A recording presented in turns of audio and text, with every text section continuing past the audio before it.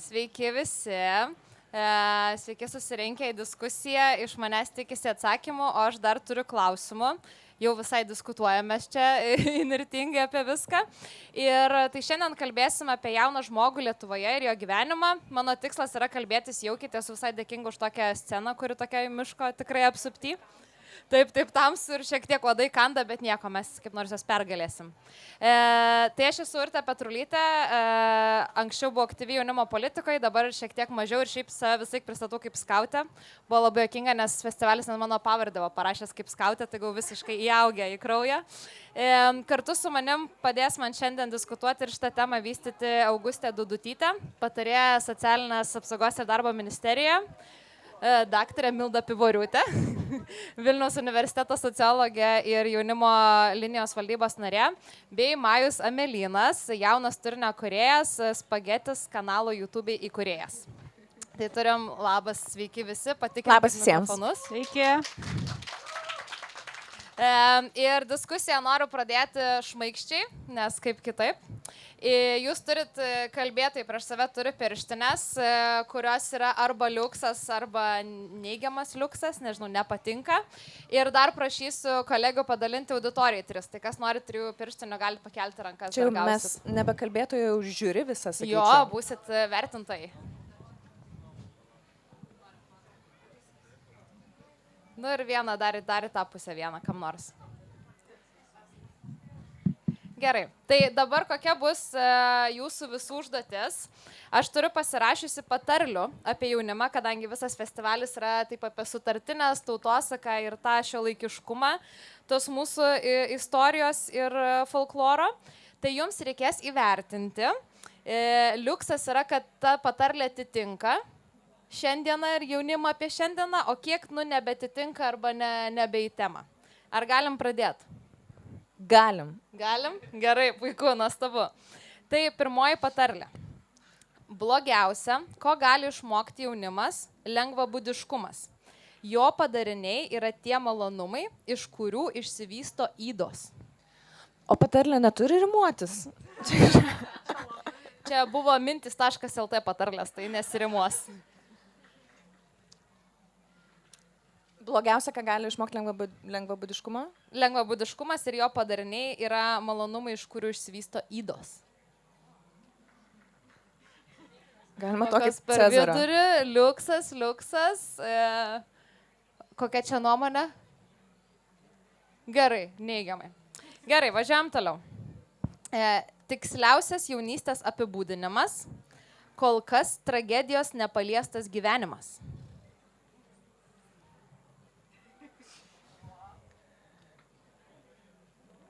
Gerai, ačiū. Toliau. Tegul senųjų išmintis duoda jaunimo žvalumui ir jėgai krypti, o jaunimo žvalumas ir jėga tepalaiko senųjų išmintį. O, puiku. Pirmas atsakymas, kuris surinko tiek daug taip. Gerai, šitas bus trumpas. Jaunystė skirta gyventi, o senatvė suprasti. Aš po to pagrysiu, kodėl aš visą laiką... Galit pakomentuoti trumpai tą pradžią, jeigu norit. Po visko. Gerai. Gerai. Kita patarlė. Jauni žmonės mano, kad seni žmonės kvaili, tačiau seni žmonės žino, kad jauni žmonės kvaili.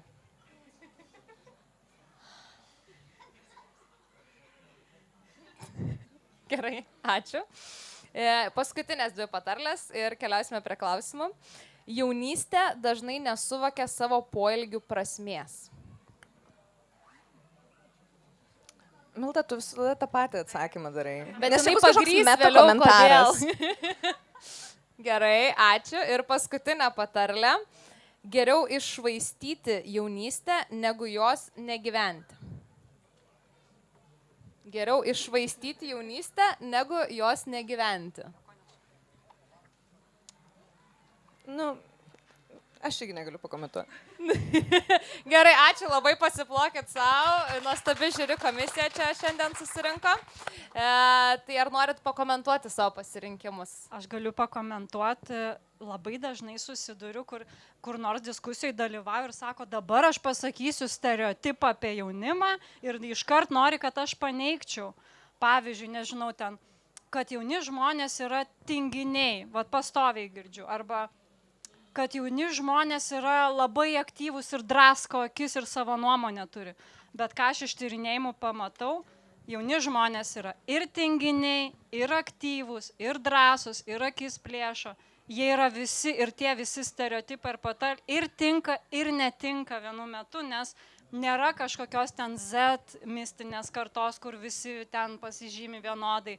Aš pati ką tik pavasarį atlikau moksleivių tyrimą, kur kaip tik iš jaunų žmonių perspektyvos stengiausi jų žodžiais nupiešti, kokia yra ta Z jauniausia karta. Ir pamačiau, kad jie yra labai labai skirtingi ir visokie. Ir mato save ir kaip tinginius, mato ir kaip labai labai aktyvius ir potencialius. Ir kad šiltnamio sąlygom užaugo, bet yra ir tų, kur visiškai ne šiltnamio sąlygom, yra labai labai skirtingų. Tai aš visą sakau, ir tinka, ir netinka. Ačiū. Čia jeigu nori, čia nėra būtina. Aš neturiu komentarų. Majau, kaip pas tave? Aš paskutinį nesupratau, galit pakartot paskutinį? Paskutinę patarlę. Geriau iššvaistyti jaunystę, negu jos negyventi. Man atrodo, kad čia vienas ir tas pats dalykas. Gali būti. Aš nerašiau tų patarlių. Tiesiog suradau. Čia sako atseit, kad jeigu tu jau išgyvensi jaunystę, nori, nenori, būsi ją iššvaistęs. Taip. Pakelkit ranką, kas jaučiasi neiššvaistę jaunystės. Neiššvaistę jaunystės. Man galima? Galima. O kaip tu dabar švaistai ar ne? Aš nemanau taip. Bet čia toks irgi galima tada diskutuoti, kas yra kam švaistimas, jo, kaip tas laiko perdėlėjimas keliauja ir panašiai. Man tas švaistimas skamba kaip toksai ne iki galo atsakingas, trumparegiškas, nežinau, sprendimų priėmimas. Ir aš jaučiausi, kad aš buvau nepakankamai trumparegiškų sprendimų priėmiau. Aš buvau labai rimta paauglė ir aš jaučiuosi, kad man netgi kažkaip tai pavėluota paskui ta jaunystė ir paauglystė buvo.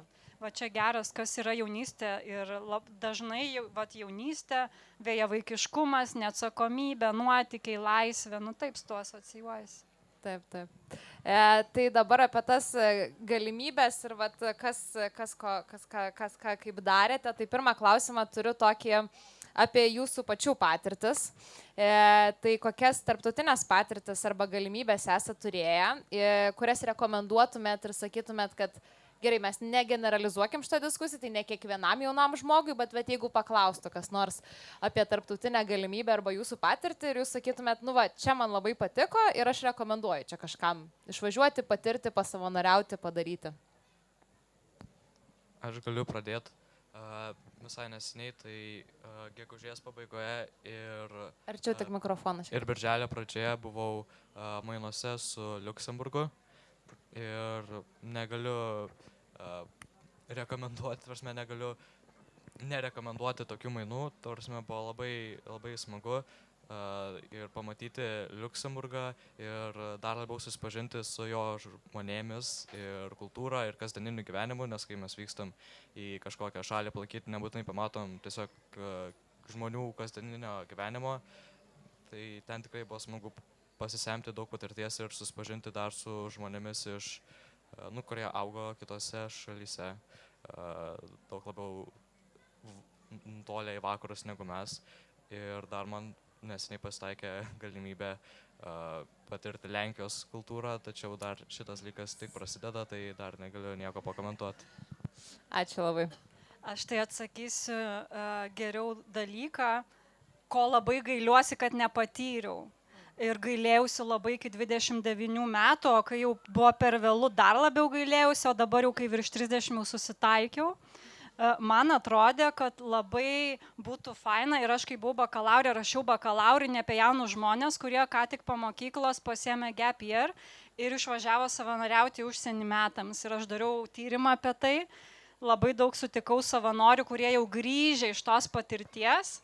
ir mačiau labai daug teigiamų dalykų, ko tarsi pati norėjau, bet aš įstojau studijuoti žinodama, ką aš noriu. Aš norėjau nedaryti gap year, bet visada buvo pavydas tiems, kurie turėjo tą gap year. Tai aš sakyčiau, išvažiuoti savanoriauti metam ir užsimti kažkuo kitu, negu tu šiaip darai užsienio šaly, kai tau viską apmoka ir nereikia jaudintis dėl pinigų. Man atrodo, čia daug kam svarbi ir labai labai daug gyvenimiškos patirties duodanti galimybė. Tai gailiuosi, dabar tai susitaikiau, bet... Ačiū labai. Aš visai turėjau tų tarptautinių patirčių ir aš gal norėjau išskirti porą dalykų. Aš, kai man buvo 16 metų, už savo pilietinę veiklą laimėjau galimybę rinktis, į kokią šalį aš noriu nuvykti kelioms savaitėms pabūti. Ir mane labai atsimenu, tada viliojo Italija, nes Italija skamba fainai. Ir mano tėtis yra istorikas ir mano močiutė yra istorikė. Ir jie sakė, pasiim kažką tai tokio rimtesnio. Ir vienas kaip iš variantų buvo Izraelis, kur irgi su savo visų kontekstu, istorija ir taip toliau. Tuo metu aš iš viso nesupratau, kur aš važiuoju, bet pasiryžau nuvažiuoti ir aš nuvažiavau ten. Ir ten aš gyvenau musulmonų šeimoje, ten aš gyvenau žydų šeimoje, ten mes apsilankėm tokioje Druze bendruomeniai religiniai, mus netgi buvo nuvežę prie vakarų kranto ir pasakojo apie Palestinos ir Izraelio konfliktą, okupaciją ir taip toliau. Ir man tai buvo labai naudinga, nes aš atsimenu, aš buvau tiesiog šokiruota, ant kiek skirtingai žmonės gali gyventi ir ant kiek skirtingi dalykai jiems gali atrodyti kaip normalu. Tai tada aš žiūrėjau, kad tai buvo labai tokia brangi pamoka, dar 16 metų suprasti, kad tai, kas yra normalu, yra labai subjektyvu ir tai, ką mes dažnai vertinam iš savo perspektyvos, yra labai, labai šališka. Ir tai, kas mes sakom, kas yra teisinga, irgi yra labai šališka. Tai čia vienas dalykas, o kitas dalykas, aš šiaip esu iš Vilniaus rajono, iš Pagirių, kuri tuo metu, kai aš mokiausi, ta mokykla buvo tokia šiek tiek žemiau vidurkio, dabar labai gerai laikosi. Bet aš atsimenu, prisijungiau, ir čia mes irgi apie technologijas, biškai paspoilinsiu, irgi kalbėsime, bet aš prisijungiau prie tokios tarptautinės organizacijos ir mes ten kas savaitę skypindavomės ir kalbėdavom apie Jungtinių tautų Sustainable Development Goals ir taip toliau. Ir tai man buvo labai naudinga patirtis, kad nepaisant to, kad aš kaip ir buvau tokiai mažai mokykloje, labai turėti tokį pasaulietišką kontekstą, nes ten buvo žmonės iš Maroko, Filipinų, Jungtinės karalystės ir taip toliau. Tai vienas dalykas, taip išmoksite naudingų dalykų, pamatai, bet man regis, ką svarbu paminėti, kad per tokias patirtis mes galbūt išmokstame, ir čia aš kaip ir džiaugiuosi, bet kaip ir kritika biški, kaip pristatyti save tokiu būdu, kuris būtų priimtinas ir kaip prestižinis kitiems. Ir tu per tokias patirtis išmoksti teisingai kalbėti ar neteisingai atrodyti, naudoti tam tikrą žodyną ir įgauti tokį kaip kredibilumą, kas šiaip tai yra valiuta, kurią paskui tu gali naudoti kitoms galimybėms. Tai aš labai jutau, kad mano kažkokios tokias pirminės patirtis paskui man labai atvėrė kelią tolyn. Nežinau, kiek dėl mano nuopelnų, kiek dėl to, kad tai suteikė tokio iš išorės labiau pasitikėjimo kitiems manimi. Jo, apie ką tu mini, man atrodo, dar yra šiek tiek tas įgūdžių dalykas, kad tiesiog, kai kažkur vis tiek važiuoji arba kažką darai, tiesiog įgūdžių tam tikrų įgauni, kurių gal neišmoko tavęs, nežinau, formuliuoji, tarkim, švietimo sistemai. Tai dabar grįžtame iš tarptautiškumo į Lietuvą. Ir noriu jūsų paklausti, jūsų nuomonė, ar jaunas žmogus Lietuvos didmiestyje ir mažesnėme mieste turi tokias pačias teisės bei galimybės ir kodėl? Maja, iš kokios tu gyvenvietės esi? Aš iš Kauno. Kauno miesto? Kauno miesto, taip. Tai nežinau, ar aš galiu komentuoti už mažesnių miestų ar miestelių ar kaimų jaunimą, bet manau, kad visų pirma teisės visų yra lygios. Mes gyvenam tokia valstybė, kur visų teisės yra lygios, bet dėl galimybių tai yra daug kebliau ir žinoma sudaryti ten galimybių, šiaip bet kokių galimybių vietose, kur yra mažiau gyventojų, yra sudėtingiau. Klausimas, ar apsimoka, tiesiog ten mažiau mokinių ar bendrai žmonių, bet jeigu jų yra nesudaroma, tai tokiu atveju žmonės nori išvykti iš to regiono ir mažiau žmonių, jeigu iš viso tokių atsiranda, nori atvykti jį gyventi, dėl to problema tik spartėja, čia toks užburtas ratas. Aš gal pratęsčiau, nors ir Augustė, žinau, mane pratęs toliau, dar giliau, bet irgi aš pavasarį važinėjau po skirtingas Lietuvos mokyklas ir dalyvavau grupinėse diskusijose su moksleiviais. Ir labai aiškiai pamačiau, kad ne tik gyvenvietė svarbu, miestas, kaimas, bet labai svarbu tėvų šeima, ar ne? Kiek tėvai įsitraukia į moksleivio gyvenimą, kiek skatina, kiek laisvę suteikia, kiek kartu kažko daro, kokias galimybės turi. Kol, pavyzdžiui, vieni jaunuoliai, kai kalbėjo apie savo kartą, sako, mūsų karta turi daugiau galimybių visko vartoti laisvalaikiu, pavyzdžiui, tos pinigus laisvus, kaip jie vadinasi, kišenpinigiai, ne? Pavyzdžiui, išleisti mačai. Ar ne, vat sako, mes čia mačą geriam, su tuo skarbonkę važinėjom, dabar, žinau, tarp moksleivių populiaru tą mažą mašinytę turėti, irgi statuso simbolis. O kitose fokus grupėse man ką sako, žiauriai neramu dėl ateities, jūs pažiūrėkit, brangsta kainos, koks pragyvenimas, maistas, nes irgi transliuoja čia devintokai. Ką tėvai namuose šneka, jiems aktualu, kad benzino kainos brangsta, jiems ateitis atrodo tamsi. Kai paklausiau, pavyzdžiui, kaimo mokykloje, ką tu veiksi po pamokų, nes ten, pavyzdžiui, Vilniui būdavo, tai eisiu ten kažkur, ar ne, pilna galimybių, sako, nu tai lauksiu autobuso, pusvalandį autobusiuko, mane nuveš 20 kg namo, mes su tėčiu mašina važiuosim pas kaimyną pasimti pjūklą, grįšim ir pjaustysim malkas, o tada tiesiog gulėsiu ir skrolinsiu, nes daugiau neturėsiu kur išeiti. Tai labai svarbu ir kur tu gyveni, kokios galimybės, ir mokyklose kiek tų galimybių, ir kokia yra tėvų šeima. Nes, pavyzdžiui, vienoj fokus grupiai buvo vos nemuštynės, kur vieni sako, mes tai laisvalaikiu mašinoje sėdim ten ant tokio kalno, ne ant tauro, čia buvo ne Vilniui, sako, mes valgom kebabus, mašinoje sėdim ir skrolinam.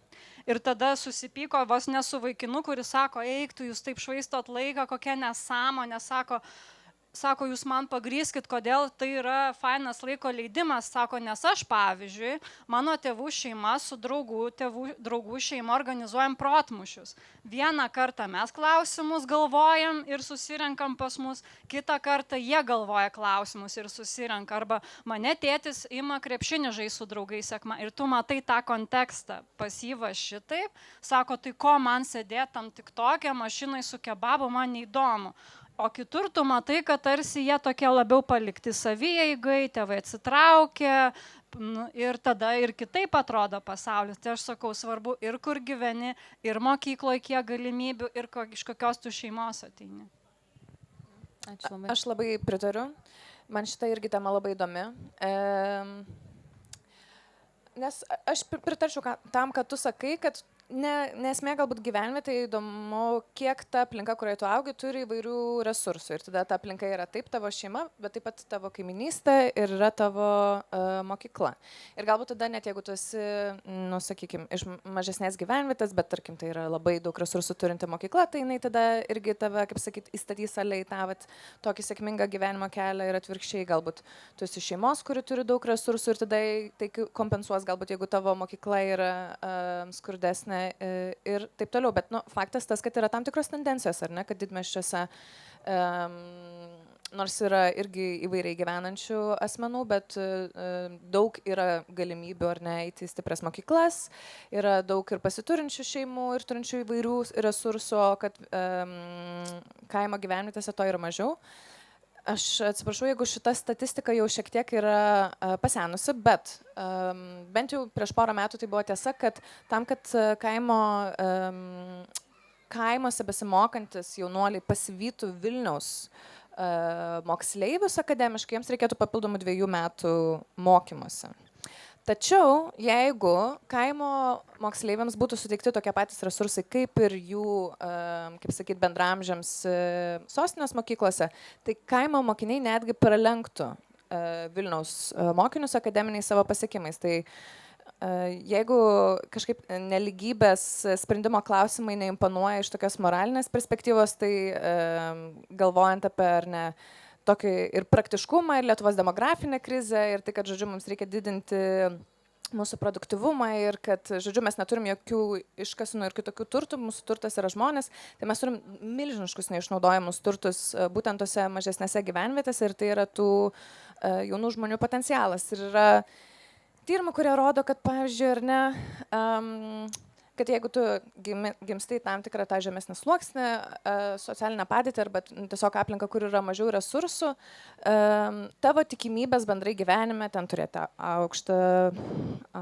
algą, ar nebūti aukštose pozicijose, gerai apmokamose darbo vietose ir taip toliau, gauti išsilavinimą, kad tavo šansai tada yra mažesni. Tačiau taip pat tyrimai rodo, kad minkštųjų kompetencijų ugdymas, tai ką, pavyzdžiui, daro darbas su jaunimu, neformalus ugdymas ir taip toliau, kad gali kompensuoti tą tavo socialinės padėties inercijos efektą. Tik tai problema tame aišku, žinoma, kad ne visi vaikai, ne visi jaunuoliai turi vienodą prieigą prie tų veiklų, kurios tas tavo kompetencijas ugdo, kurios paskui gali ir nekompensuoti tą tokią klasinę inerciją.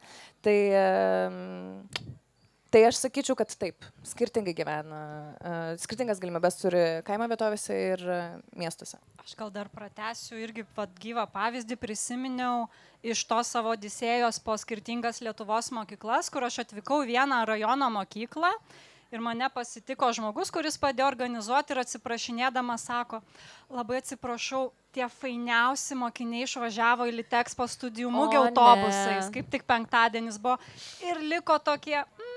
Ir man jau tas, koks požiūris, tokie suprask prastesni, aš galvoju, kaip gerai, kad man pateks dabar tokia grupė, aš pamatysiu tuos prastesnius. Ir labai irgi jautėsi, kad, pavyzdžiui, irgi, jeigu tai yra didmiesčiai ir kokia ypatingai privati mokykla ar geriau žinomesnė, ten jauni žmonės apie save sako, Z karta, tai mes daug kalbam, draskom akis, mes daug turim ką pasakyti ir tikrai vienoj fokus grupiai buvo numatytas laikas 2 valandas, mes sėdėjom 3,5 ir būtume dar ilgiau, nes jie patys norėjo daugiau, labai daug ką pasakyti, ir vieni per kitus šnekėjo. Čia apie tuos pačius, ką Augustė kalba, kalbiniai įgūdžiai visai kiti, ar ne? O va toj mokyklai, kur, tokie, čia jums fokus grupiai bus, mes išsisėmėm po valandos, aš visą laiką traukiau iš jų ir jie sako, bet mes neturim ką pasakyti, mes neįdomu. Sako, vat būtų tie, kur išvažiavo į Litexpo mugę, tai jūs čia šnekėtumėt. Sako, aš ką girdėjau, mes nesvarbus, mes nemokam šnekėti ir mūsų niekada niekas neklausė, kodėl jūs dabar mus judinat. Mes įpratę nešnekėti, nes mūsų vidurkis žemesnis.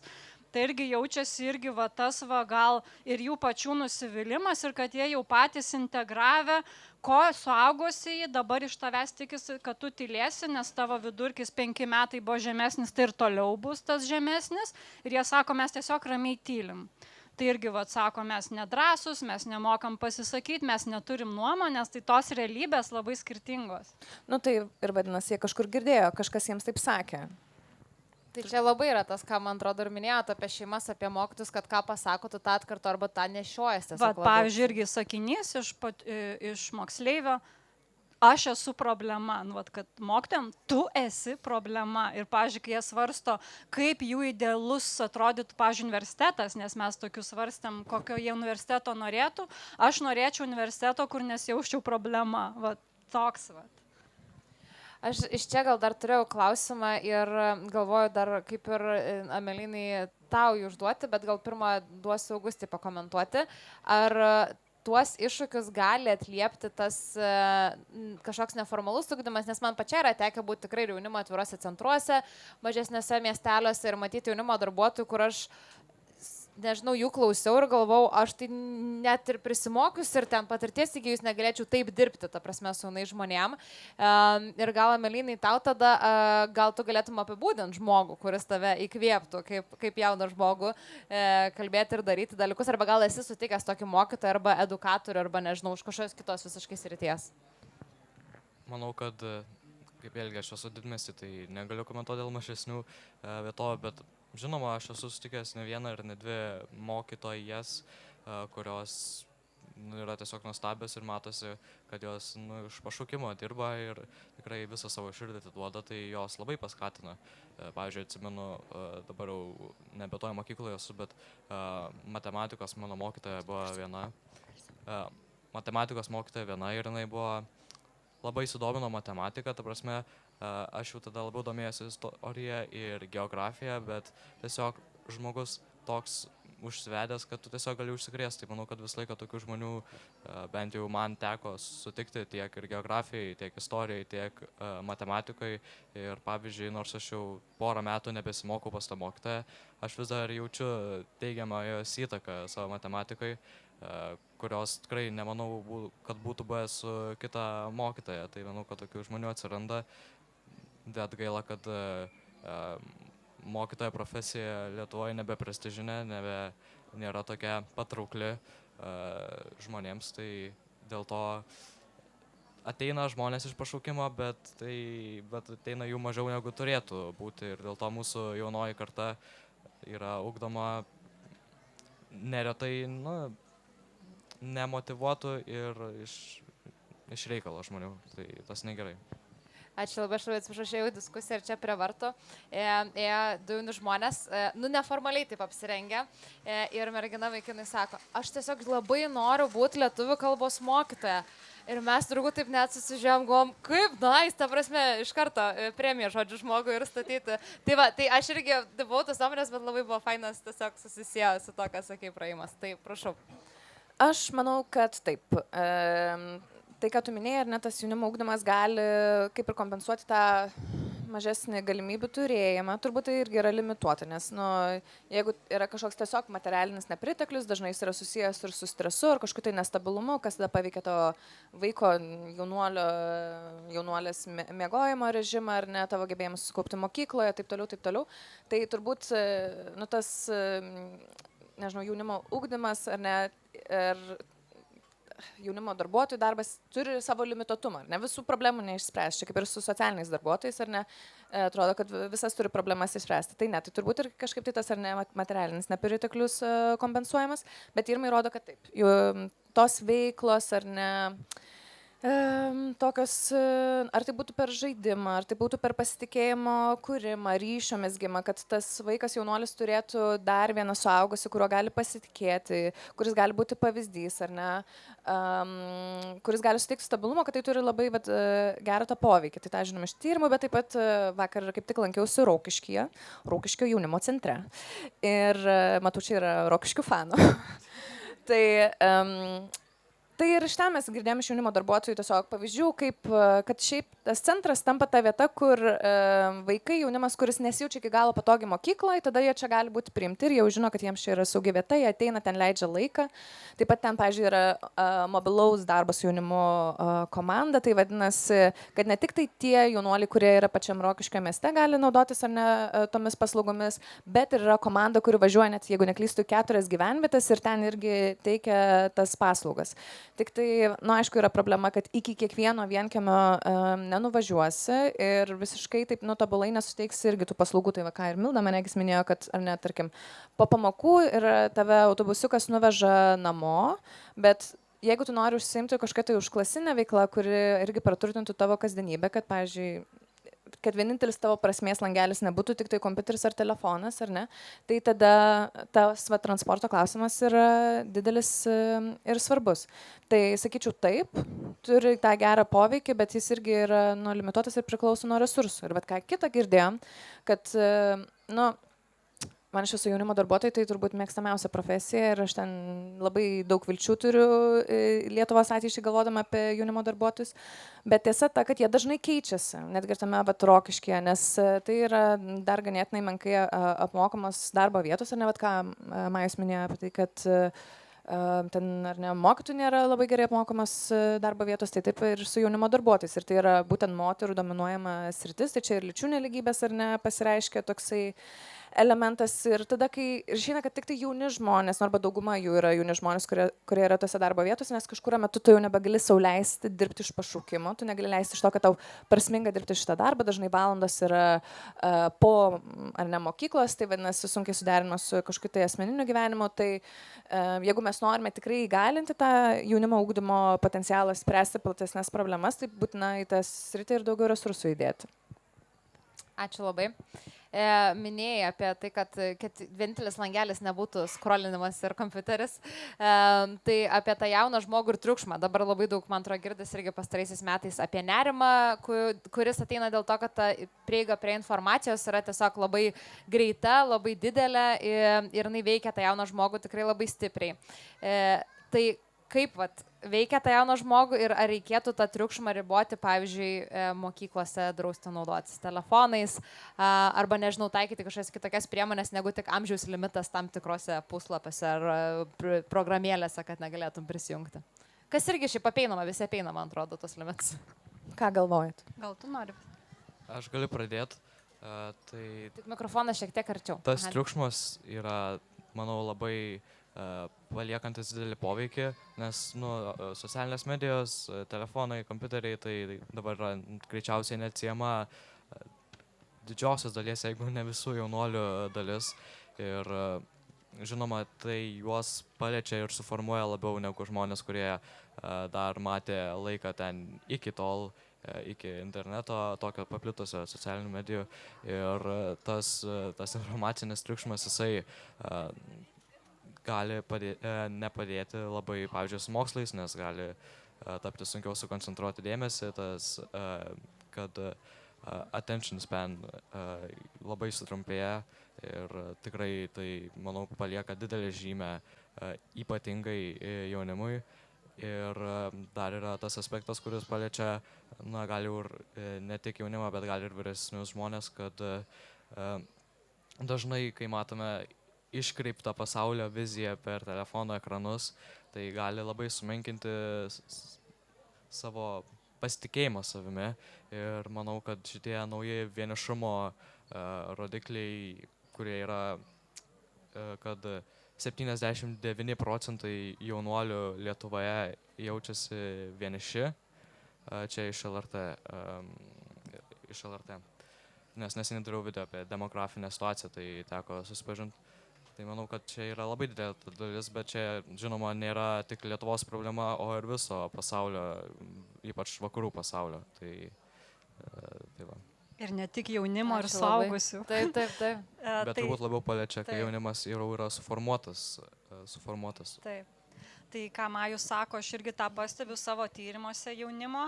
Dar labai įdomų aspektą, gal irgi ką jauni žmonės net reflektuoja. Iš tikrųjų atrodo, kad pasaulyje viskas vyksta labai greitai, ypatingai kai tu daug vartoji socialinės medijos, kur tai ypatingai TikToką, ar nesukuria tarsi greitai, viskas labai keičiasi ir po trumpai aš kažką pabūnu. Ir ne tik ta dėmesio fragmentacija ir sunkiau susikaupti, bet tarsi sako, sunkiau kažkokį įsipareigoti ilgalaikiam dalykui, nes tarsi, kai irgi vienas iš stereotipų, kur sako, šita karta nori daug greitai ir lengvai. Ir tada manęs kaip sociologija nori, kad aš sakyčiau, ne, tai yra netiesa. Bet tai irgi yra tiesa ir patys žmonės apie tai kalba. Man patiko apibūdinimas, sako, mes bipolinė karta. Ir tokie, sako, bet yra pastebim, kad norisi lengvai, greitai ir daug. Ir tarsi tu užsidegi, dabar aš padarysiu tą projektą, dabar aš pavarysiu. Žiūri, greitai nesigauna, reikia biškį ilgiau, daugiau pastangų ir tada tu numeti ir eini prie kito.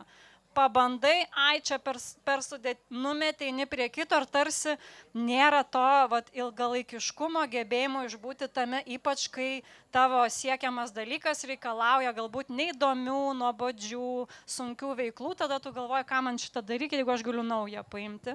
Tai šitą pastebiu, o dėl draudimo irgi, aš sakyčiau, tas žodis jaunimui kelia alergiją. Tu pasakai kažką drausti ir tada aš prieš šitą iš karto ir aš visada sakau, aš manau, kad apriboti telefoną mokykloje yra labai sveika ir pačių žmonių, tai yra dėl pačių jaunų žmonių ir dažnai jie šito nenorėtų, bet jeigu už juos tą kažkas padarytų, jie to džiaugtųsi.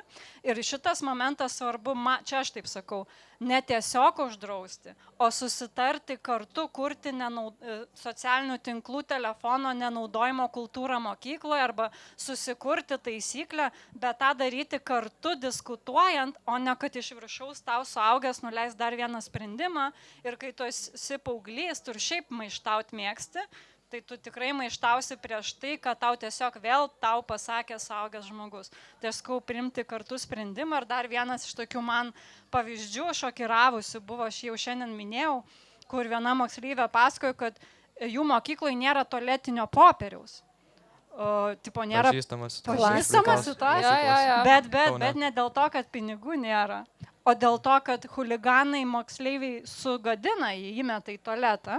Bet pas mus būdavo taip, kad atseit, kad sugadina, bet tada sugadina ir tada, pusę metų nebus. Nebent jeigu svečiai atvažiuoja į mokyklą, tada bus. Jo, ir nieks nežino, kas sugadino, šiaip tarp moksleivių būna toks, kur, Jo, tai ir tada valytojams, taip, tenka jiems ir paprašiau tada nenešant pusę metų ar kiek, aš nežinau, tai čia yra labai, labai nefaina problema, nes tada jeigu tu nori išsituštinti, tai tada turi lysti mokytojų tūliką pasimti tualetinio popieriaus, kas... O tada ir jį užkemša kažkas tai. Taip. Ne, tos stebuklingi vis tiek ten popierius yra nieks neužkemša, nors irgi atidaryti. Bet va čia man buvo įdomu, kad kokia yra logika mokyklos. O yra problema, vaikai gadina tulikinį popierį. Tai koks sprendimas pašalinti tulikinį popierių, kad nebūtų problemos ir tada, aišku, maištingi vaikai kažkas susprogdino tuliką. Tada pašalinkime problemą tuliką, užrakino tulikus, o po to, jo, visi turi teisę gamtinius reikalus atlikti, tai pastatė budinti, kuris žymėjo, kas eina į tuliką. Ir čia kokia logika. Jeigu kažkas yra neklaužada ir blogai daro, atimkim tą dalyką, kad nebūtų problemos, o ne diskutuokim bendruomeniai visi, kodėl mums svarbu turėti tulikinio popieriaus. Vieną kartą nepavyks, 10 kartą, kol visi prieisim bendrą sprendimą, kad gal turėkim tulikinio popieriaus. Tai o kodėl aš apie tai šneku? Gal čia vaikai tą veikia, kai nebuvo telefonų? Apie draudimus. Kad man atrodo svarbu, jeigu kažkokia ateina taisyklė ar draudimas, kuri veiks jauną žmogų, kad kažkaip su tuo jaunu žmogu artikuliuoti, kas laukia ir kodėl. Ir tiesiog kažkaip prieiti prie to. Čia priminė istoriją, kai aš mokyklai prašiau, kad mergaičių tualetuose būtų normalus muilas, o ne ūkinis. Ten dar buvo toks šlikštus ūkinis muilas, nes nieks nenorėdavo plautis rankų juo. Ir tada direktorius ne tik muilo padėjo, bet ir veidrodį pakabino. Ir sakė, Urte, aš jums ir veidrodį pakabinu. Ir sakiau, labai ačiū direktoriau, jūs nuostabus. Tai toks jo, kad labai yra daug kažkokių didelių dalykų, apie ką diskutuojama. Ir kartais tikrai ten pas mus tai, kad būdavo uniformas klausimas. Bet į muilą tai nieks net nepažiūrėdavo. Maždaug kur visiškai paprastesnis dalykas. Augustė. Aš manau, kad Milda teisi. Dėl to, kad reikia ir dėl tulikinio, ir dėl virtualaus. Kad reikia, nedrausti, bet aš taip noriu uždrausti. Aš tos galios neturiu. Bet aš tiesiog, nes man atrodo, kad toks vyksta branduolinis sprogimas in slow motion ir mes tokie, bet mes gal dar pasikalbėkime. Nes aš labiausiai tą jaučiu ir pati, koks yra poveikis ar ne socialinės medijos ir kaip tai yra tiesiog, visiškai priklausomybė, ar ne? Ir, nežinau, tai yra irgi ir knygų ir tyrimų, kurie kalba apie tai, kad ar ne, kad šiaip visiems mums yra blogai su socialinė medija, bet kodėl yra ypatingai svarbus klausimas jaunimui, nes tavo smegenys eina per skirtingas ar ne vystymosi stadijas ir kai esi jaunas žmogus, tau yra itin svarbi socialinė validacija, tu tada kaip tampi tokia socialinė būtybė ir ateina didelės korporacijos ar ne socialinių medijų įmonės ir jos išnaudoja tą tavo tiesiog gyvybiškai svarbų poreikį kaip sakyt, pelnui, ar ne? Bet tuo pačiu, kai esi jaunas žmogus, dar ne iki galo yra susiformavę ir tavo tokia savikontrolės gebėjimai. Aš kaip jaunas žmogus dar irgi žinau tą. Tai yra tokia tiesiog bombinė kombinacija, kuri nulėmė, kad jaunuoliai praleidžia ir po 40 valandų prie telefonų, bet jie vadinasi eina ir mokyklą, tai vienas po mokyklos tiek sėdžia, vadinasi nemiega. Dar yra toks dalykas kaip opportunity cost, ar ne, tai yra, ką tu galėtum kito veikti su tuo laiku, ar ne, nekalbant apie tai, kad tai paveikia tai, kaip tavo gebėjimą, ne kaip tavo dėmesys yra fragmentuojamas ir taip toliau. Tai man čia atrodo žiauriai liūdna, aš neįsivaizduoju kažkokio tai kito kelio.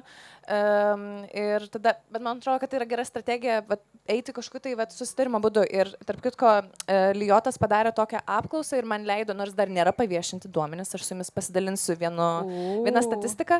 Tai ten buvo apklausti Lietuvos jaunuoliai, nežinau, kiek yra reprezentatyvi ta apklausa, bet tai buvo apie 600 jaunuolių ir buvo klausimas, ar jūs norėtumėt keisti savo socialinių medijų vartojimo įgūdžius ir 78% pasakė, kad taip.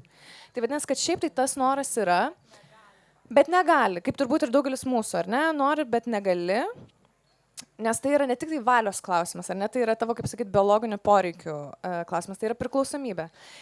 Bet man reikės, kai tu suteiki tą progą, tai tada jaunuoliai ir nori mažiau naudoti. Aš dar šiek tiek savanoriavau tokioje stovykloje Atgaje, tai mes ten turėjom jau ilgą laiką, nes dabar visai yra, jau po truputėlį vis populiaresnis šitas klausimas socialinių medijų, telefonų, neišvengiamai, bet dar prieš 10 metų buvo tokia politika, kad atvažiuoja vaikai ir į dėžę yra surenkami tie telefonai ir 10 dienų vaikai būna be telefonų. Jiems duodami 2 kartus, ten gal 5 ir 7 stovyklos dieną, kad jie pasiskambintų 15 minučių tėvams, praneštų, kad viskas yra gerai. Tai aišku, iš pradžių tie, kurie pirmą kartą atvyksta, jie labai nenori duoti telefono, o tie, kurie atvyksta jau kelintą kartą į tą stovyklą, jie taip netgi pasididžiuodami atiduoda tą telefoną ir paskui netgi kai jiems savanoriai nori grąžinti tą telefoną, jie būna tokia, ne, aš tai neimsiu. Ir jiems, nes jie žino, kad kokie stebuklai nutinka, kai tu būni su kitais žmonėm, kas irgi yra mūsų ar ne toks kaip užprogramavimas evoliucinis, bet jis dabar yra nuhekintas, žodžiu, kažkokiu tai irgi privačių interesų. Tai man regis, jeigu suteiktume galimybę vaikams padėtume, iš tiesų kaip ir savo galbūt reikėtų padėti, tai tada jie ir norėtų ir bendradarbiautų tame. Nes kokios bus ilgalaikės to pasiekmes, man net yra sunku pagalvoti. Aš irgi pratęsiu, nes aš pati, kai dėstau pirmą kursą, labai jauni, patys jauniausi universitete, aš per pirmą paskaitą paprašau jų, kad aš turiu savo tam tikrą kultūrą, aš jų neverčiu, aš nedraudžiu, bet jeigu mes gerbiam vienas kitą, aš norėčiau, kad jūs šitą prašymą gerbtumėt, bet jūs darykit, ką norit, per paskaitą ir seminarus nesinaudoti mobiliais telefonais ir konspektuoti nei kompą. Jo, kai krypia, nes konspektuoti su ranka. Gali pasislėpti iš to kompiuterio ekrano. Ir kai kurie, šiaip dauguma gerbė, kai kurie ne, tai aš nekreipiu dėmesio, nes ir nenoriu versti, jau suaugę žmonės tam tikrų atžvilgių, bet kai kurie sako, žiauriai nepatiko šitas prašymas ir žiauriai patiko po to. Tipo, kad pati taip nedaryčiau, tipo, paprašėt darau, bet žiauriai faina, kad taip yra. Tai tas, kur kaip ir norėčiau nevartot, bet pati nepasiryšiu nevartot. Nebent kažkas paskatins ar uždraus. Bet čia gal yra ir apie tą diskusiją bendrą, nes man atrodo, kad to visai daug trūksta visur, kad tu pasakai tą informaciją, visą statistiką ir dar kažkaip kartu sprendi tą problemą, nes sakai, kažkur kažkas perskaito, net nepaaiškina jauniems žmonėms ir sako, dabar mes taip nebedarysim arba taip darysim. Bet aš galvoju, jeigu būtų bet kokia kita priklausomybė, kurią tokiu plačiu mastu turėtų daugybė jaunuolių, man reiks būtų biškai kitoks požiūris ir toksai, kur padėti čia dar per silpnas žodis, man reiks. Bet kad tai būtų efektyvu, tai of course reikia, kaip sakyti, žinoma. Ne prievarta, nes kitaip, jeigu prievarta, tai ras kitų būdų. Ir dar man reiks gal svarbu pasakyti, kad irgi vien dėl to, kad tu negali, pavyzdžiui, telefonais naudotis mokykloje arba negali iki tam tikro amžiaus naudotis mokykloje, tai nereiškia, kad tu iš viso internetu negali naudotis. Tai nėra, kad tau yra uždaromas visas pasaulis, nes dažnai argumentas prieš būna, kad tai ten tiek daug yra svarbios informacijos ir prasmingos patirtis ir taip toliau. Arba, pavyzdžiui, jeigu tu, nežinau, tarkim, esi iš kažkokio tai priespaudą patirinčios, nežinau, tapatybės, ar net tu ten gali rasti bendraminčių, taip toliau. Bet interneto iš tavęs nieks bendrai šiaip, netoks tikslas ir ne internetą atimti, o sumažinti naudojimus socialinės medijos, kurios yra suprogramuotos taip, kad išnaudotų tavo evoliucinius pažeidžiamumus. Ir čia irgi gal svarbu, kad irgi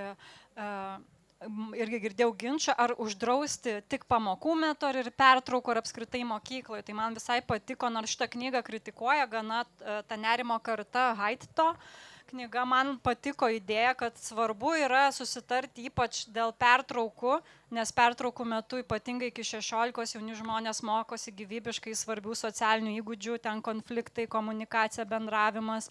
Tai, uždrausti visą laiką mokykloje, ar ne? Ir ten tų požiūrį yra kardinalių, vieni sako iš vis iki 16 ir soctinklus ir telefoną, kiti sako, telefoną soctinklus bent iki 14, tai visokių tų požiūrių yra, bet kad atgauti tą laisvą žaidimą ir komunikaciją mokykloje pertraukų metu yra labai svarbu, man atrodo. Ir jeigu galiu irgi įsiterpti. Šita tema neišsemiama yra. Taip, mes norėtume atskiros diskusijos tai šitą temą. Ir kad irgi yra tyrimų, kurie, pavyzdžiui, mokyklų, kurios visa mokykla pasiryžta šitą praktiką taikyti, atimti telefonus. Nes irgi yra problema, kad daugelis tėvų norėtų neduoti savo vaikams, bet tada, jeigu tai yra vienintelis vaikas visoje mokykloje, kuris neturi telefonų, tai tas vaikas yra pasmerktas patyčioms ir tiesiog izoliacijai. Bet tai reiškia, kad visi tėvai gal norėtų, kad jų vaikai nenaudotų telefono, bet bijo, kad kiti turės ir tada vis tiek visi vaikai turi tą telefoną. Tai vienas dalykas svarbu, kad tas kolektyvinis veiksmas arba visos mokyklos, arba visos šalies mastu.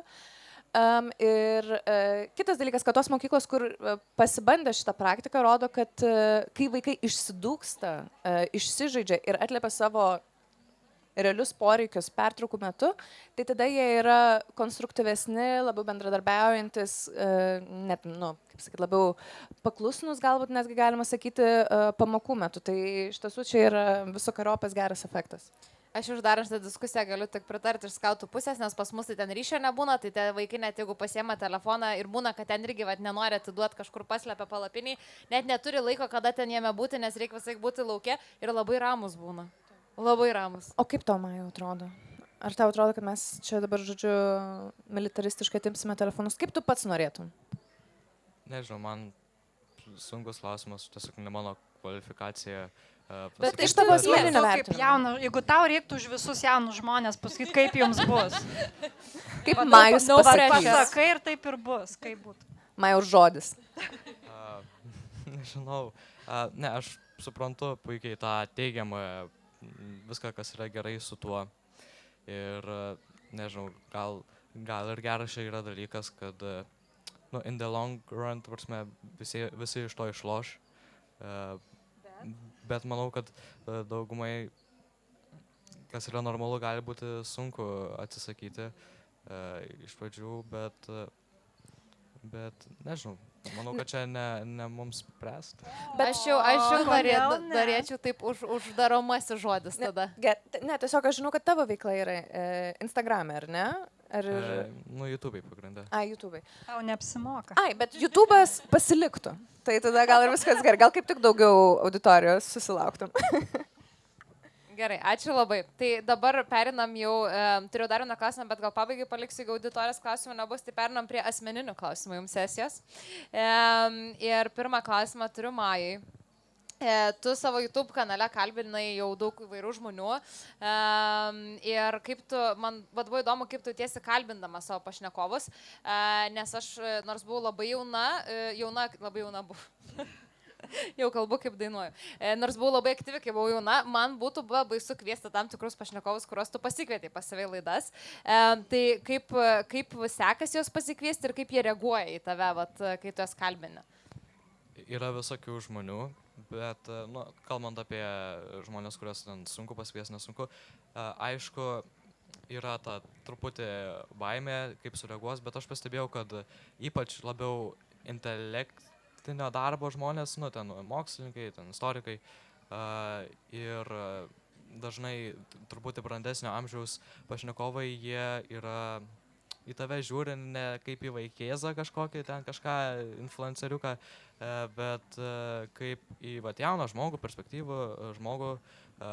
Ir pavyzdžiui, aš galiu iliustruoti Andriaus Tapino žodžiais man, kad aš visą laiką palaikau jaunimo iniciatyvas ir aš tikrai tai jaučiu ir manau, kad gal ypač tie brandesnio amžiaus žmonės, jie gal net mato kažkaip savęs tame jaunuolė, šiuo atveju manyje.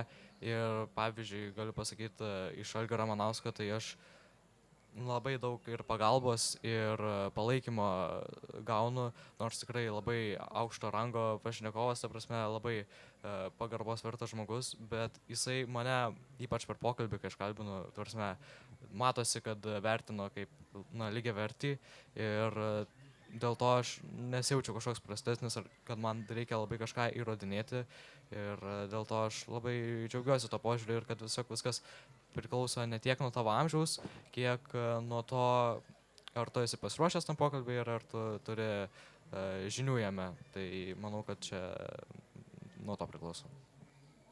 Ačiū labai. Milda. Prieš metus dalyvauju podcast'e Dialogas. Ir vienas man labiausiai strigusių momentų buvo apie jaunimą ir dvasingumą.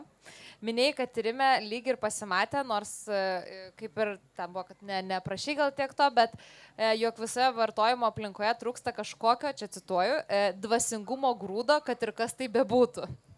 Tai kodėl tokiam jaunimui lengviau išbūti vis greitėjančiam pasauliu? Ir dabar bent jau aš tai pastebiu, kad tos bendruomenės visokios ten kūrėsi, kurios kaip ir jungiasi to vertybiniu pagrindu. Tai ir tavo nuomonė, jaunas žmogus jaustųsi stipresnis valstybės narys, kaip pilietis, jei turėtumėm tas stipresnės vietinės jaunimo bendruomenės. Ir gal jos egzistuoja, nes va dabar po mokyklas važinėjai, tai gal teko kažką pamatyti. Čia toks labai kompleksinis klausimas, jog ta mintis. Jo, ir jame daug svarbių momentų. Apie tą čia aš apie tą dvasingumo grūdą, aš jau neatsimenu, bet įdomiai pasakiau. Jo, man taip, aš klausau nes ten valandą ir klausau ir tokia, Aš irgi paklausysiu. Pastebėjau, kad arba tie jaunuoliai, kurie, pavyzdžiui, priklausė jauniesiems šauliams, kažkokiai bendruomenė, arba net ateitininkams, arba ten važinėjo į stovyklas vasarą, kad ir religinės. Aš pastebėjau, kad kai jau jaunas žmogus labiau deklaravo savo vertybinį stuburą įsitikinimus, kad man ne tas pats, aš turiu kuo tikiu, kas man svarbu, tada tarsi jis gyvenime turi tokias gairias, koordinatės, kurių apsuptyje jis gali veikti. Ir tos koordinatės suteikia ir kryptį, ir saugumą. Nes šiuolaikinių irgi jaunų žmonių kontekstas dažnai yra labai daug laisvės ir pasirinkimų. Ir gyven kaip nori, sieka tavo širdis, sako, čia aišku galimybės skirtingos, bet tas diskursas, kad tu gali daryti viską, ką nori, siekti, ko nori, tau tai reikia pasirinkti. Ir tu skęsti pasirinkimų jūro, ypač jeigu tavo galimybės mažesnės, o tau sako, tik nuo tavęs priklauso, tada dar blogiau. Ir galva dėl tų gairių žmonės kartais išpliursta ir pervargsta nuo tos gausybės galimybių, tos tradicinės normos nebe taip stipriai tave apspaudžia kaip anksčiau, ar ne, juk buvo aišku, ką tu turi daryti 25 sulaukęs, ko nepadaręs būsi krypi, keistas, deviantas ir visa kita. Dabar tarsi tų gyvenimo stilių, gyvenimo būdo yra labai daug ir tu gali gyventi autentišką gyvenimą ir tada, o kokį man jį gyventi. Ir kai tu neturi kažkokio orientyrų ar kažkokio vertybinio pagrindo arba krypties, tai tu dažnai pasimetęs esi. Irgi tą skirtumą labai aiškiai jaučiau, kad vieni, kurie tarsi neturi labai daug blaškosi, neranda savęs, savo gyvenimo krypties, o kiti tarsi turi tą aiškumą. Ir priklausimas kažkokiai bendruomeniai suteikia tą aiškumą. Ir aš iš moksleivių ir šiaip savo vyresnių tyrimo dalyvių pastebėjau, kad yra labai daug individualistinių vertybių. Jauni žmonės save pristato kaip individualistus, kuriem pirmiausia rūpi savirealizacija, savo interesai, norai, autentiškas gyvenimas, autentiškas aš, savęs paieškos, bet būdami tokie individais, kas savo, jie ilgisi ir bendruomeniškumą labai stipriai, jie nori patirti kažkokį buvimą kartu, kad aš būčiau priimtas, koks esu, su visais savo ten keistumais, kad neturėčiau pritapti būtinai. Ir visi tokie individualistai, bet norėtų būti individualūs kažkokioj bendruomeniai, tai labai jaučiu tą ilgisi to prasmingo buvimo kartu ir kažko veikimo ir gairių kažkokio turėjimo. Tai dėl to aš irgi kai kurių sociologinių tyrimų skaičiau, kad kai kurie jauni žmonės dėl to į kariuomenę užsirašo, kad pavyzdžiui ir po bakalauro arba magistro, kai tarsi visko tiek daug rinktis, gyventi kaip nori, kurti kaip nori, jau taip išsibarsto, kad sako, aš noriu metus laiko bent pagyventi struktūroje, kur kažkas aiškius rėmus, discipliną duoda ir aš turiu tame kažkaip gyventi, kad susistruktūruoti ir asmenybę kažkaip ir gal kažkokius tai įpročius, kad visgi ta laisvė tarp kažkokių gairių yra skanesnė negu laisvė be jokių gairių. Ačiū labai. Aš jau taip dabar bėgu ir neleidžiu niekam kitam, jeigu net nedvasit komentuoti dėl to, kad dar galėtume iš auditorijos paimti klausimą, jeigu bus. Galvau, šiaip ar Augustė apie šitą citatą apie tave sakyti ar ne, bet kadangi kalbėjome apie technologijas visai daug ir čia įsisibavo, tai galvau pasakysiu. Iš TSPMI straipsnio buvo, labai man patiko, kad tu sakai, kad nuo mažens norėjau gelbėti pasaulį, nors ta net nežinau nuo ko. Žinau, kad reikia pradėti nuo savęs, nes taip sakė MTV reklama. Ir tada aš tą perskaičiau ir galvoju, o dabar MTV dar rodo. Dar mano pusvalis MTV net nežiūri, ten gal net reklamų nebėra, jeigu rodo. Ten, žinau, kad vienu metu pasikeitė turinys iš muzikinio kanalo į Sweet 16 ir MTV show. Cribs ir taip toliau. Gerai. Kas turbūt daugiau dėmesio. Tai tavęs norėjau paklausti, kadangi tu turi labai didelę patirtį veikimo skirtingose organizacijose, kaip jautiesi kaip jaunas žmogus dabar, dar pati būdama perėjus iš nevyriausybinio sektoriaus į vyriausybinį. Gerai. Ir kokios formos organizavimas ir organizavimo šiuolaikiniam jaunam žmogui yra tinkamos. Ir gal yra kažkoks būdas, arba gal iš ministerijos pusės galima kažko pasidalinti, koks tas geriausias būdas prieiti prie jauno žmogaus nedidmiesčiuose ir bendrai dabar statistika šiaip sako, tos jaunimo organizacijos kaip ir žmonės nebenori tos įsipareigojimus ilgus eiti, tai gal yra kažkokių būdų arba kažko, ko galima pasidalinti apie tą jaunimo kvietimą į tą bendruomenę ir veikimą jo, kuris nebūtų. Jo, na tai šiaip jo, čia tokia didesnė tendencija galbūt ir net ir su tais pačiais telefonais susiję, kad jaunimas nelabai nori jungtis į kažkokias tai formalizuotos, organizuotas formatus, grupės ir taip toliau. Ar tai yra blogai, aš nežinau, nes galbūt dalis tų kažkokių tai formalių grupių, jos tokias kartais, aš pati buvau šiaip tobulas vaikas joms, nes aš buvau tokia paklusni mokytojų dukra, kur aš tokia, jūs man tik pasakyti, ką daryti ir aš darysiu, ir aš noriu būti tokia teisuolė. Tai man jos labai tiko, bet tuo pačiu, jos yra tokias kartais self-serving, arba jos savo pačius pasitarnaujančius, arba kad tėvai galintų tau pasidaryti karjerą ir taip toliau. Ir galbūt tam tikras jaunimas galvoja, kad nebenori to ir kad jie nori daugiau prasmės ir tada jie ieško, kas tai gali pasiūlyti. Ir jeigu formalizuota kažkokia tai grupė negali to pasiūlyti, tai turbūt jie ten ir neina. Ir man regis, tas yra visai logiška. Tai, ką ministerija daro, bandom šį beitą, čia taip sunku taip priversti kažką tai būti ar ne pilietišku, bet, pavyzdžiui, dabar irgi svarstomi jaunimo politikos pagrindų įstatymo, projektas, pakeitimai, tai irgi bandoma suteikti daugiau tokios reprezentatyvios galios ir neformalioms jaunimo grupėms, kad tu neprivalai ten kažkur oficialiai būti, kad tu galėtum pasakyti apie jaunimo klausimus, ar ten, tarkim, savivaldybės jaunimo reikalų taryboje. Ir panašiai. Bet šiaip aš manau, kad jaunimas norės eiti ten, kur jie mato prasme, ten, kur jų yra balsą atsižvelgiama ir kur jie mato, kad tai turi kažkokį tai realų pokytį. Tai va, nežinau, šiaip man čia toks yra didžiulis klausimas ir aš nežinau, ar jį yra kažkoksai tai toksai paprastas atsakymas. Bet aš įsivaizduoju, kad iš viso sukūrimas erdvės pareflektuoti, sąmoningai pasirinkti, kur tu nori eiti, pavyzdžiui, šiek tiek apmažinant naudojimas telefonais, galėtų būti irgi žingsnis į tą pusę, nes, sakau, man, pavyzdžiui, vėlgi ta Lietuvos atgaja, ta stovykla yra puikus pavyzdys, kad jaunimas labai nori eiti į bendruomenę, kurtis ritualus, jie labai daug prasmės tame randa ir jie nori žaisti, ir netgi, pavyzdžiui, būna tokių gražių atvejų, kaip tose stovyklose mes turim kiekvieną dieną turi savo temą ir yra daug tokio įtikėjimo stebuklu. Ir būna, pavyzdžiui, kad jaunas vaikas dalyvauja stovykloje ir nelabai nori kažko daryti. Ir ateina vyresnis ir sako, čia įsijausk, čia bus žiauriai faina, čia taip, čia netikra, bet jeigu tu patikės, tai bus labai, labai faina. Ir tai, kai galbūt yra pateikiama kažkokia tai kokybiška alternatyva, tai jaunimas tada tą ir renkasi. Ačiū labai. Gerai, mes turim 3 minutės. Tai arba 3 super trumpus klausimus, arba 1 ilgesnį. Jeigu yra klausimas, aš labai jau stengiausi katinti ir skubinti, nors nesinorėtų, bet...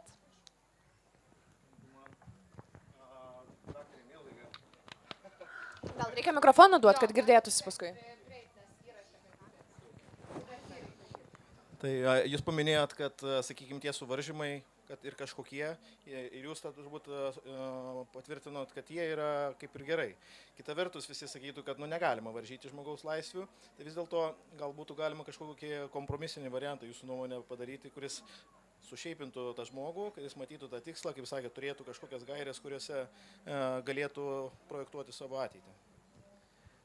Čia tos gairės, gal aš netaip turėjau omeny, kad čia įves taisyklę, kuri draudžia, nes šiaip mes gyvenam visuomeniai, kur aplinkui vien gairės, o ne vien tai, kad čia mes susėdom diskusijai prie čia vėl pagal gairės. Kiek popierių pasirašėm prieš?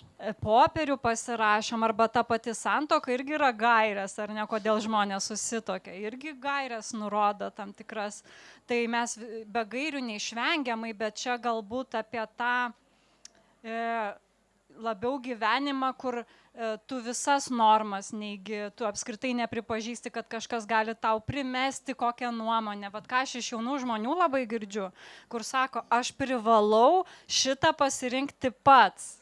Ir gali būti, kad jis, ir dažnai tai būna, po 10 metų prieina tą, ką jam sakė, ten po eksperimentų, bandymų ir klaidų, kai jam kažkas sakė, pasirink šitą ir tau bus gerai. Ne, aš turiu pats ir po 10 metų jis prieina tą tašką ir sako, visgi tai buvo taip šitas ir geras variantas.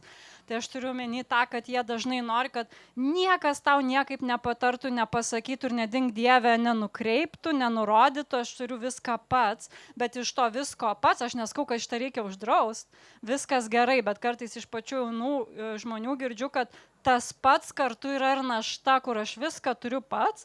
Ir viena tyrimo dalyvė man atsakė, aš norėčiau peršokti gyvenimą ir atsidurti pensijoje. Ir čia ne tai, kad valso žingsniu prašokti gyvenimą. Aš irgi taip sakau, kad močiutė būtų pats geriausias. Taip, peršoku gyvenimą tam, kad tiek daug visko reikia nuspręsti ir viską pačiai ir daryti. Man per sunku, aš noriu būti pensijoje, kur jau viskas nuspręsta, kur... O aš jai sakau, bet jeigu tu prašokai gyvenimą ir nedirbai visą gyvenimą, tai tu net pensijos negali. Faktai, aš manau, su tuo galime ir uždaryti šią diskusiją apie jaunimą. Ačiū Jums labai, ačiū kalbėtojams. Gaila, kad mes tik tiek laiko turėjom ir man atrodo, kitiems metams apie telefonus užsirašom, pažiūrėsim, gal kas nors bus pasikeitę. Arba bus nebeaktualu taip. Tai ačiū labai, ačiū visiems klausiusiems ir žiūrėjusiems.